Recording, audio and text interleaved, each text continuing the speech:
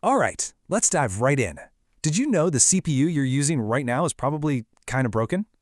Now, I know that sounds pretty alarming, but it's actually just how these things are made. So how's that even possible? Well, it all comes down to the crazy challenge of actually manufacturing them. It all starts with something super simple, sand. Yep, just sand, which gets refined into pure silicon wafers. On just one of those chips, they pack in billions of tiny little switches called transistors. And when I say tiny, I mean it. Some are just 3 nanometers. Your hair is thousands of times thicker. All those transistors are connected in over 15 layers. Think of it like a microscopic skyscraper of circuits.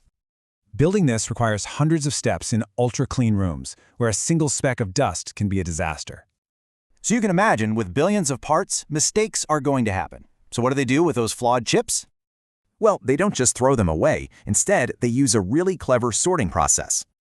It's called chip binning. Every single chip gets put through some seriously tough performance tests. Think of it like this. Perfect t-shirts sell for full price. The ones with tiny flaws, they hit the discount rack. They get sorted into different bins based on things like speed, power use, and even how many cores work. So here's the kicker. One production line doesn't just make one type of CPU. It makes a whole bunch. A wafer meant to be full of top-tier i9s might also give you perfectly good i7s and i5s.